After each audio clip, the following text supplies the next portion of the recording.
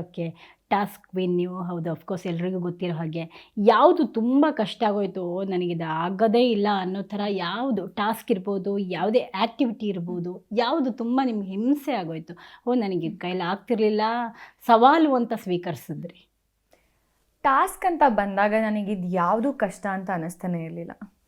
Last task ಅಂತ ಬಂದಾಗಲೂ ನನಗನ್ಸಿದ್ದು ನಾನು ಗಿವ್ ಅಪ್ ಮಾಡಿದೆ. ನಾನು ಅದಕ್ಕೆ ರಘುವಣ್ಣಂಗೆ ಹೇಳ್ತೀನಿ, ನೀವು ಹೋಗಿ. ಬಿಕಾಸ್ ನನಗೆ ನನ್ನ ಸ್ಟ್ರೆಂತ್ ಏನು ಅಂತ ಗೊತ್ತು. ಸ್ಟ್ರೆಂತ್ ಗೊತ್ತಿದ್ರೂ ಕೂಡ ಯಾಕೆ ಇಷ್ಟು ಈಸಿಯಾಗಿ ನಾನು ಗಿವ್ ಅಪ್ ಮಾಡಿದೆ, ನನ್ನ ತಲೆಯಲ್ಲಿ ಏನು ಬಂತು ಅಂತಲೇ ಹೇಳಿದ್ದು. ನಮ್ಮ ಮನೇಲಿ ಬಂದಾದರೂ ಕೂಡ ಫಸ್ಟ್ ಕೇಳಿದ ಕ್ವೆಶನ್, ಆ ಟಾಸ್ಕ್ ಯಾಕೆ ಬಿಟ್ಕೊಟ್ಟೆ ನೀನು?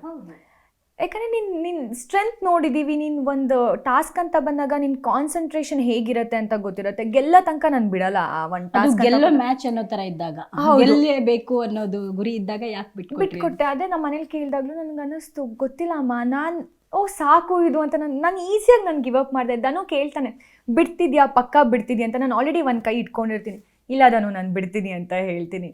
ತುಂಬ ಈಸಿಯಾಗಿ ಎಲ್ಲೋ ಬಿಟ್ಕೊಟ್ಬಿಟ್ಟೆ ಆ ಟಾಸ್ಕ್ ಅಂತ ಅನ್ನಿಸ್ತು. ಬಟ್ ಲಾಸ್ಟ್ ಟಾಸ್ಕ್ ಅಂದ್ಕೊಂಡು ಸಿಕ್ಕಾಪಟ್ಟೆ ಅದಾದಮೇಲೆ ಬೇಜಾರಾಗಿತ್ತು. ಬಟ್ ಧನು ಗಾಡಿ ವಿನ್ ಮಾಡ್ತೀನಿ, ಅದು ನಂಗೆ ತುಂಬ ಖುಷಿ ಆಯಿತು.